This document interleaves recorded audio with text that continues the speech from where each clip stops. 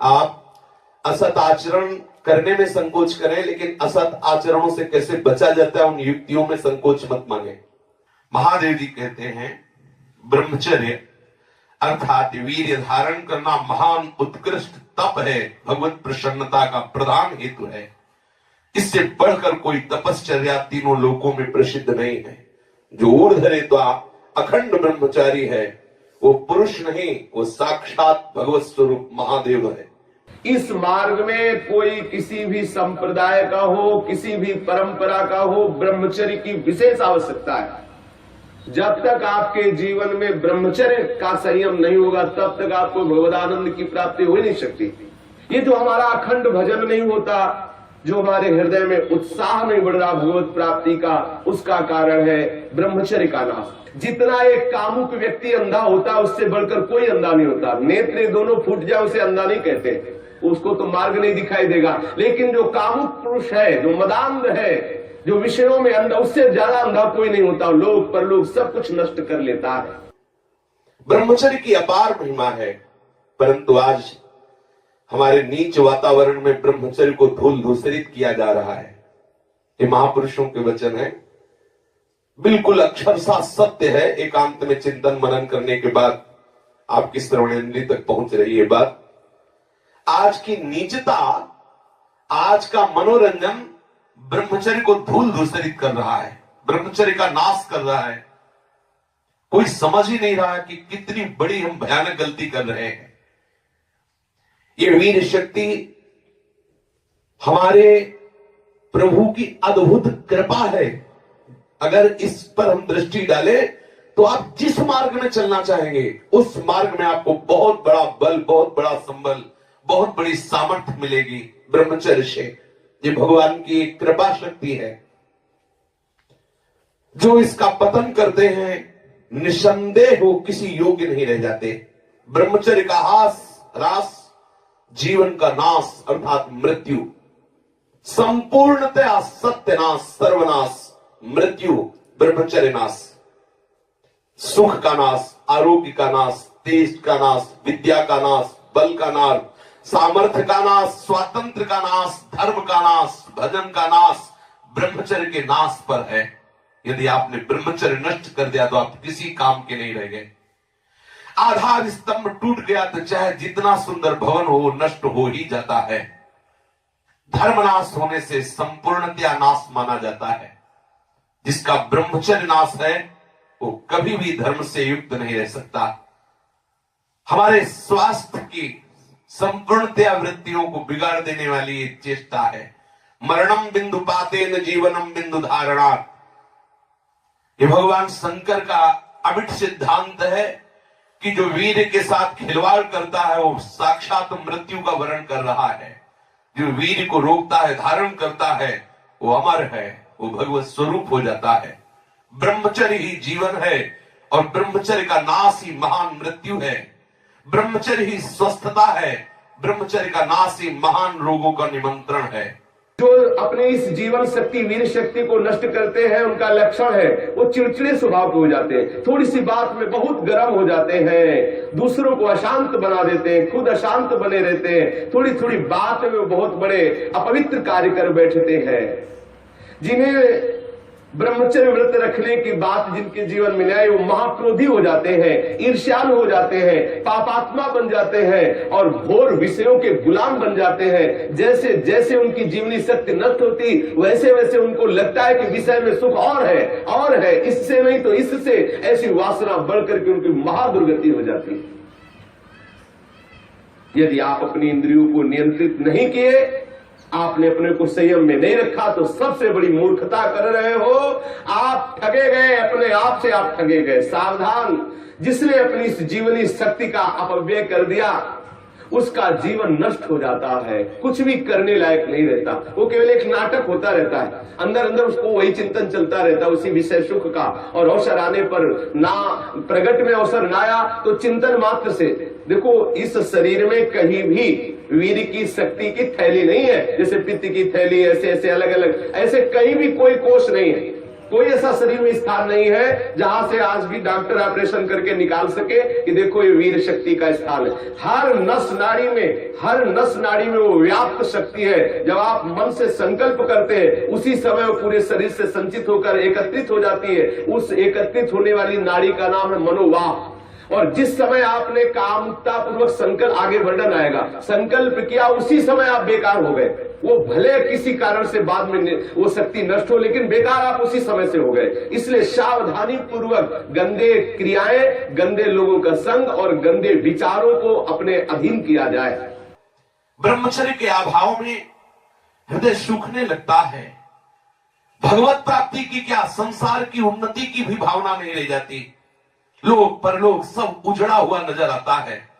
जो ब्रह्मचर्य छीण करता है उसकी स्मृति का नाश हो जाता है, नेत्रों में कम दिखाई देने लगता है और लघुशंका के साथ वीर शक्ति का स्खलन होने लगता है। वो जान नहीं पाता, उसकी जीवनी शक्ति नष्ट होने लगती है। वो बिना किसी कारण अशांत बना रहता है, लाखों चिंताएं उसके मन में डुलने लगती है, वो दुर्बल होने लगता है, बड़ा निद्राल का वो वशीभूत हो जाता है। जरा सा निद्रा रही, जरा में हम तो देखते हैं लोग बैठते ही सोने लगते हैं और मोटापा बढ़ जाता है, आलस्य बढ़ने लगता है, उदासी आने लगती है, हृदय में घबराहट पैदा होने लगती है, श्वास अवरोध होने लगता है, कष्ट से श्वास या श्वास तीव्र गति से चलने लगती है, यक्षमा हो जाता है, पृष्ठशूल रोग हो जाता है, कटिवात हो जाता है, शिरोवेदना बढ़ने लगती है, जोड़ों में दर्द होने लगता है, दुर्बल हो जाता है और निद्रा के समय उसका जो शक्ति है वो क्षीण होने लगती, बह जाती, उसको पता ही नहीं लगता। मानसिक अस्थिरता, विचार शक्ति की दुर्बलता, ये भयानक भयानक कमजोरियां उसके जीवन में प्रकट हो जाती है, जो इसे मनोरंजन समझता है। सावधान, अगर आप अशांति से हटकर शांति में जाना चाहते हो, दुख से बचकर महासुख का अनुभव करना चाहते हो, तो ब्रह्मचर्य पर दृष्टि दीजिए। ब्रह्मचर्य चारों पुरुषार्थों का, धर्म अर्थ काम का मूल है। ब्रह्मचर्य भोग और मोक्ष प्रदान करने वाला है। वीर अनंत अनमोल सिद्धि है। इसी वीर के बल से जिस देवता को चाहो तुम अधीन कर सकते हो, उसके नाश से तुम पूर्ण पतित नीच बन सकते हो। बिना ब्रह्मचर्य धारण किए हुए कोई पुरुष कदापि किसी भी श्रेष्ठ पद का अधिकार नहीं प्राप्त कर सकता। वीर भ्रष्ट पुरुष कदापि पवित्र नहीं, कदापि धर्मात्मा नहीं, कदापि महात्मा नहीं हो सकता। वो दंभ और पाखंड भले कर ले। बिना ब्रह्मचर्य के प्रत्यक्ष इंद्र भी तुच्छ है, पद दलित है। साधारण मनुष्यों की तो बात है क्या, परमार्थ के पथ पर या व्यवहार के पथ पर जिधर भी तुम जाना चाहते हो, अति आवश्यक है ब्रह्मचर्य। समस्त विद्याओं की सूक्ष्म रहस्य को प्रकाशित करने वाला ब्रह्मचर्य, समस्त वैभवों की सिद्धियों को प्रकाशित करने वाला ब्रह्मचर्य, समस्त सौभाग्य का उदय करने वाला ब्रह्मचर्य। ब्रह्मचर्य सर्वश्रेष्ठ मंत्र है, ब्रह्मचर्य सर्वश्रेष्ठ तपस्या है, ब्रह्मचर्य सर्वश्रेष्ठ बल है, स्वतंत्रता है, महान उन्नति है। ब्रह्मचर्य ही हमारी संपूर्ण सिद्धियों का एकमात्र बीज है, रहस्य है। जो साधक या जो गृहस्थ 20 वर्ष अगर गृहस्थ में जाना है तो 20 वर्ष तक किसी भी स्थिति में ब्रह्मचर्य नष्ट नहीं होना चाहिए। यदि ब्रह्मचर्य नष्ट करते हैं तो वो गृहस्थी के योग्य नहीं रह जाते। उनके घर में भ्रष्टाचार होता है, संतानें भी होती है तो वही होती है जो किसी योग्य नहीं रहते। शास्त्र के सिद्धांत से चलने वाले उपासक को, अर्थात भगवत प्राप्ति के मार्ग में चलने वाले उपासक को चाहिए, अगर वो गृहस्थ है तो जब ब्याह हो उसी के बाद शास्त्र मर्यादा से ब्रह्मचर्य खंडित करे, ये उसका उपासना का स्वरूप ही माना जाएगा। लेकिन यदि वैरागी है, भगवत मार्ग का पथिक है, तो अष्ट मैथुनों से बचे। गृहस्थ हो तो उचित संतानोत्पत्ति के लिए भगवत प्रार्थना से युक्त होकर, हे करुणा निधान, मैं आपकी आज्ञा का पालन करने के लिए अपने ब्रह्मचर्य को क्षीण करता हूँ। आपकी कृपा प्रसाद से मैं आपकी प्राप्ति के लिए गृहस्थ धर्म रूपी पूजा आपको स्वीकार करने के लिए प्रार्थना करता हूँ। प्रभु, ये पूजा है, आप स्वीकार कीजिए। वो गृहस्थ धन्य है जो ब्रह्मचर्य पूर्वक संतानोत्पत्ति की क्रिया करके भगवान की आराधना करता है। जो विरक्त संपूर्ण रूप से ब्रह्मचर्य है उसको विशेष साधना नहीं करनी पड़ती, अपने आप भगवती स्मृति अखंड होने लगती है, क्योंकि महाआनंद स्वरूप ब्रह्मचर्य है। महाआनंद, आप सोच भी नहीं सकते कि ब्रह्मचारी को कितना आनंद होता है। जो ब्रह्मचर्य धारण करता है उससे अपार आनंद, अपार सुख प्राप्त होता है। सभी सुखों में सर्वाधिक नष्ट करने वाला सुख एक काम सुख है, सबसे ज्यादा पतन करने वाला यह सुख है, सबसे ज्यादा नाश करने वाला सुख है। इसलिए सावधान, विषय सुख के लिए आप अपने ऐसे अमूल्य जीवन को नष्ट मत कीजिए। पहले जो गृहस्थ जन होते थे ब्रह्मचर्य, 25 वर्ष तक तो सब कोई ब्रह्मचर्य रहता था, चाहे वो गृहस्थ हो, चाहे वो विरक्त में जाना हो, चाहे वो जिस मार्ग में जाना हो। 25 वर्ष तक तो सबकी नींव ब्रह्मचर्य से युक्त होती है। अब 25 वर्ष तक तो हजारों दुर्गति हो जाती है, क्योंकि ऐसे ऐसे साधन चल चुके हैं, ऐसा कुसंग हो चुका है, वो दृश्य देख देख करके उनकी भावनाएं दूषित हो गई, वो अपने को नष्ट कर लेते हैं। फिर क्या रह गया जीवन? ये अमूल्य मनुष्य जीवन किस काम का रह गया? जब 10 वर्ष ब्रह्मचर्य रहकर भगवत भजन करके संतान उत्पत्ति करते थे तो उन माताओं के गर्भ से कोई भगवत प्राप्त करने वाले साधक पैदा होते थे, या कोई महावीर पैदा होते थे जो देश की रक्षा के लिए अपने प्राणों को समर्पित कर देते, जो समाज को सुख पहुंचाने वाले ऐसे बालक पैदा होते थे। ब्रह्मचर्य के बिना पूर्ण, चाहे गृहस्थ हो चाहे विरक्त हो, कोई भी हो, वो पूर्ण पशु जीवन है, पूर्ण पशु जीवन है। सांसारिक व्यक्ति बनकर के मत अपने जीवन को नष्ट करो, आप अपने हाथों से अपना नाश कर रहे हो। ध्यान रखो, ये गलती जो तुम कर रहे हो ये आपको दोबारा मनुष्य जीवन मिलने वाला नहीं है। ऐसी गलती करके तुम्हें बहुत पछताना पड़ेगा। मौज मस्ती, लोग काहे की मौज मस्ती? धर्म मर्यादा का नाश करके, गुरुजनों की बनाई हुई शास्त्र मर्यादा का नाश करके तुम सुख प्राप्त कर सकते हो। कुछ समय मिला, कर लो जो करना है। ऐसे भयानक रोग पैदा होंगे कि मरोगे, कोई पानी देने वाला नहीं मिलेगा। ये सब नाटक भूल जाएगा। इसलिए शास्त्र और गुरु की बनाई हुई मर्यादा के अनुसार चलो, तो ही संसार में भी तुम सुख का अनुभव, जहां नहीं है सुख वहां भी अनुभव कर सकते हो, यदि शास्त्र और गुरु की मर्यादा से युक्त रहोगे, उनके बनाए हुए विधान के अनुसार चलोगे। ये जो आजकल सब चल रहा है ना, ये बहुत हानिकारक है। जिसके जीवन में छोड़ दो, जो जिनका ब्याह हो गया वो अपने पति को छोड़ करके दूसरे पतियों के, पुरुषों की तरफ कामुक दृष्टि से देखती है, जानते उनकी क्या दुर्गति होती है? हाँ, पति वंचक परपति रति करई, रो रो नरक कल्प शत परई, और विधवा होए पाए तरुणाई, अगला जन्म होगा और वैधव्य को प्राप्त हो जाएगी। जो पुरुष अपनी पत्नी का त्याग करके पर स्त्री से गमन करता है तो नरक में जाकर के उसको तपाए हुए लोहे की लाल लाल ऐसे स्त्री आकृति से उसे हजारों वर्षों तक चिपकाया जाता है और जलता रहता, वहां मरना तो है नहीं। ऐसा मत सोचो कोई देख नहीं रहा। जैसी थरिवंश नरक गति दुर्भर यम द्वारे कटियत नख छीके, वहां ऐसा हिसाब है कि कहां छीका, किस लिए छीका, और आपकी नाक काट दी जाएगी। मतलब वहां उंगली उठाने पर आपको दंड है, किस लिए उठाया, किसको उठाया, किस कारण से उठाया, किस समय में उठाया, एक एक वस्तु का हिसाब है। आप समझते हो मुझे कौन देख रहा है, क्या जान रहा है, मौज मस्ती ले लो। कुछ समय दिया गया आपको, ये मनुष्य जीवन कुछ समय दिया गया। आप चाहे जो कर लो, चाहे जितना दुराचार कर लो या सदाचार करके श्री कृष्ण को रिझा लो, या दुराचार करके नरक की यात्रा कर लो। बहुत सावधान।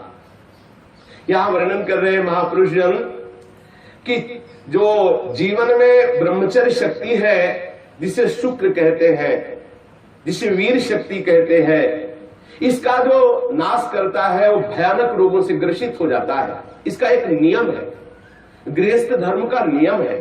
इस पर हमारे शास्त्रों में सब वर्णन, इसीलिए सत्संग करना चाहिए। अब क्या है, आज मनोरंजन, लोगों को रिझाना, वक्ताओं को पसंद आ गया है और जो श्रोता है उनको वही पसंद आता है। थोड़ी देर चटकीली बातें की, संगीत बजा, नाचे कूदे, घर गए, बोले कथा सुन के आए हैं। कथा का तात्पर्य, सत्संग का तात्पर्य आपका कुसंग का त्याग हो जाए। आप जो दुर्गुण दुराचार प्रवृत्तियों में रत है उनका त्याग हो जाए, उससे सत्संग। मानो सत्संग सुन के आए तो आपको थोड़ी देर तो खो जाना चाहिए। दूसरे को अपने आप पता लगे कि ये सत्संग सुन के आ रहा है, खो गया। अपने अंदर की कमियों को देख देख करके वो रो रहा है, हे करुणा निधान, मैं इतना नीच हूं, अभी तक तो मैं जान ही नहीं पा रहा था कि ये गलतियां हैं, मैंने कितनी गलती की, हे करुणा निधान, अब मुझे इन गलतियों से उबारो। सत्संग वो वस्तु है जो अपनी ब्रह्मचर्य शक्ति को नाश करता है तो उसकी शारीरिक शक्ति नष्ट हो जाती है, चेहरा पीला होने लगता है, चेहरे में झुर्रियां पड़ने लगती हैं, नेत्रों की शक्ति जाती रहती है, नेत्रों के आसपास नीली नीली रेखाएं प्रकट हो जाती है, आंखें धस जाती हैं और चेहरे में वो कांति नहीं रह जाती, अर्थात कांतिहीनता आ जाती है, याददाश्त नष्ट हो जाती है। वस्तु रख दी, भूल गए, कोई आज्ञा भूल गए। क्यों भूल गए? क्योंकि ब्रह्मचर्य नहीं, मेधा शक्ति क्षीण हो गई। भगवत स्मरण करोगे, कैसे भजन होगा? क्योंकि भजन वाली वस्तु तो आपने नष्ट कर दी। खिलवाड़ समझते हो क्या इससे?